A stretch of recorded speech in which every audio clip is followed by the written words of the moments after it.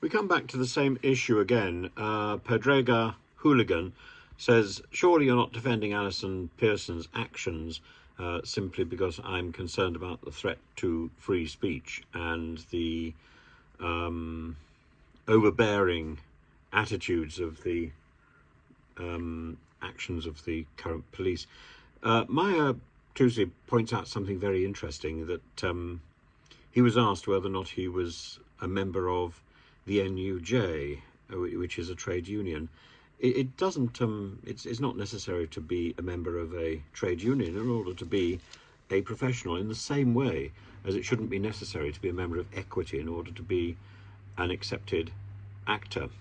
These organisations are trade unions. They're there to protect the workers who sign up to them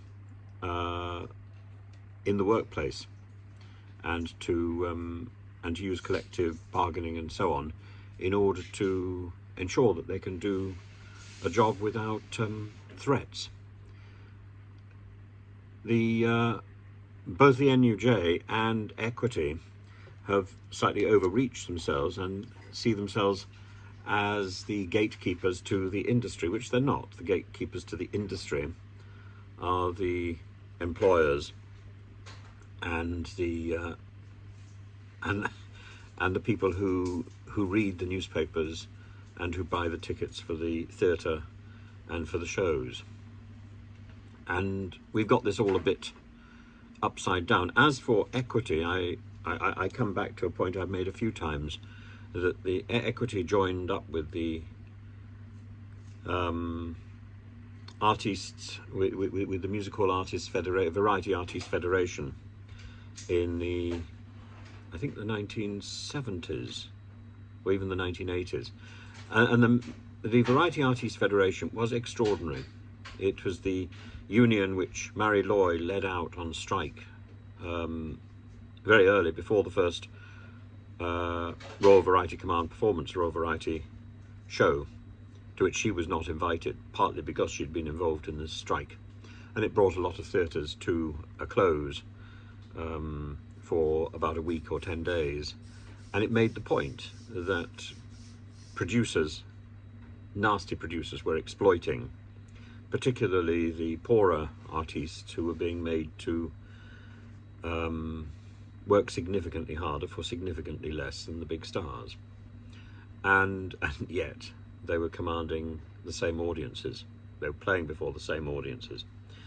And the rule of the Variety Artists Federation was that if somebody was good enough to be on stage and good enough to be commanding an audience, then they were good enough to merit union representation. That isn't good enough for Equity.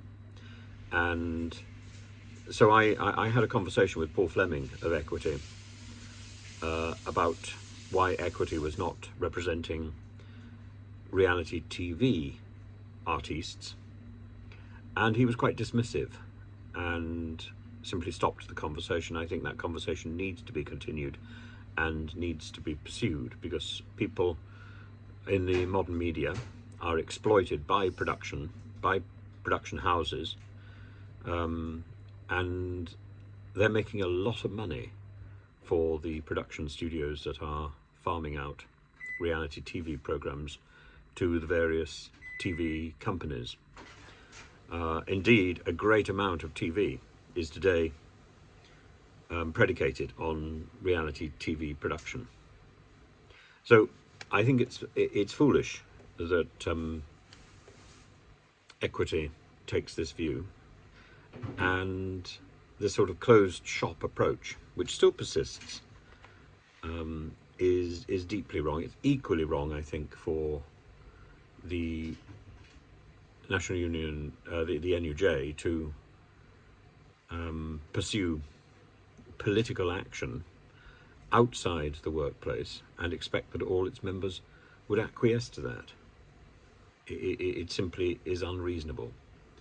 So while I don't necessarily support all of the things that Allison Pearson may have done, I certainly support her right to free speech, and I certainly support her right to be provocative, and her right to work as a journalist.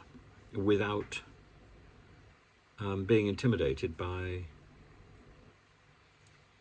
some sort of thought police. This is not the role of the police in our society, and this is overstepping the mark. And I find that deeply worrying.